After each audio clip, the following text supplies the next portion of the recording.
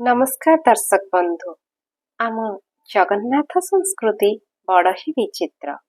आमर संस्कृति जगन्नाथ संस्कृति सेथिपाई आमे निजको गौरव मने करिथाउ।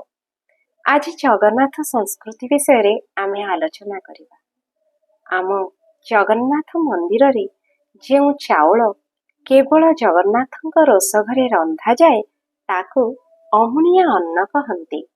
ସେହି ଚାଉଳକୁ ରାନ୍ଧି ସାରିଲା ପରେ ତାକୁ କେବଳ ଅନ୍ନ କହନ୍ତି। ସେହି ରନ୍ଧା ଅନ୍ନ ଯେତେବେଳେ ରୋଷ ଘରୁ ବାହାରକୁ ଆସେ ସେତେବେଳେ ଏହାକୁ ଛେକ କୁହନ୍ତି। ଯେତେବେଳେ ଏହା ଭୈରବୀ ଚକ୍ରରେ ରହେ ସେତେବେଳେ ଏହାକୁ ଭୋଗ ବୋଲି କୁହାଯାଏ। ଯେବେ ଭୋଗକୁ ତିନି ଠାକୁରଙ୍କ ପାଖରେ ଲାଗି କରାଯାଏ ସେତେବେଳେ ଏହାକୁ ନୈବେଦ୍ୟ କୁହାଯାଏ ଏବଂ ଯେତେବେଳେ ନୈବେଦ୍ୟ ମା ବିମଳା ଠାକୁରାଣୀଙ୍କ ପାଖରେ ଲାଗି ହୁଏ ସେତେବେଳେ ଏହା ମହାପ୍ରସାଦ ହୋଇଯାଏ। ଏହି ମହାପ୍ରସାଦ ଯେତେବେଳେ ପଞ୍ଚ ପରମେଶ୍ୱରଙ୍କ ଆଗରେ ରୁହେ ସେତେବେଳେ ଏହା କୈବଲ୍ୟ ବୋଲି କୁହାଯାଇଥାଏ।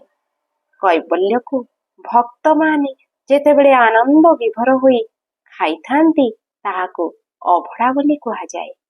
ଅଭଡ଼ାର ଯେକୌଣସି ଛଡ଼ା ଯାଇଥିବା ଅଂଶକୁ ଶୁଖିଗଲା ପରେ ନିର୍ମାଲ୍ୟ ବୋଲି କୁହାଯାଏ। ଏହା ହିଁ ଜଗନ୍ନାଥ ସଂସ୍କୃତିର ବିଚିତ୍ରତା। ଜୟ ଜଗନ୍ନାଥ।